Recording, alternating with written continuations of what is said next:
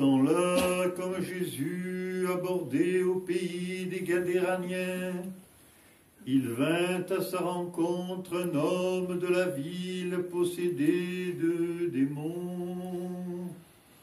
Depuis longtemps, il ne portait pas de vêtements.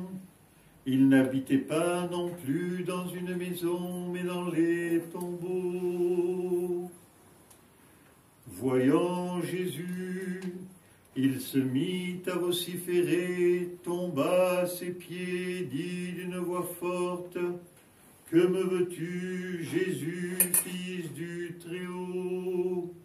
Je t'en prie, ne me tourmente pas. » Jésus en effet commandait à l'esprit impur de sortir de cet homme, car à maintes reprises l'esprit s'était emparé de lui. Alors, pour le garder, on le liait avec des chaînes et des entraves, mais il brisait ses liens, et le démon l'entraînait vers les déserts. Jésus lui demanda, « Quel est ton nom ?»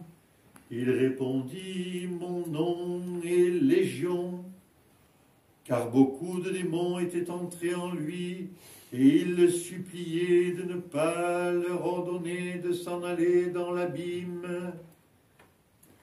Or, il y avait là un troupeau considérable de porcs en train de paître dans la montagne.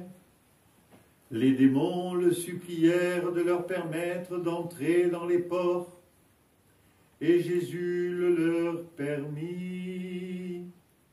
Ils sortirent donc de cet homme, entrèrent dans les porcs, et du haut de l'escarpement, le troupeau se précipita dans le lac et s'y noya. Voyant ce qui s'était passé, les gardiens prirent la fuite et portèrent la nouvelle dans la ville et dans les campagnes. Et les gens vinrent voir ce qui s'était passé.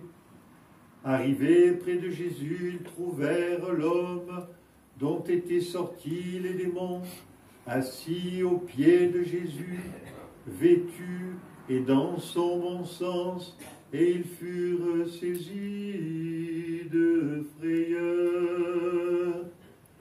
Ceux qui avaient été témoins leur rapportèrent comment le possédé avait été guéri. Alors toute la population du territoire des Gadéréniens demanda à Jésus de partir de chez eux, car ils étaient en proie à une grande frayeur. Jésus monta en barque et s'en retourna. L'homme dont les démons étaient sortis le priait de le garder avec lui, mais il le renvoya en disant, « Retourne chez toi et raconte tout ce que Dieu a fait pour toi. » Il s'en alla et publia par la ville entière tout ce que Jésus avait fait.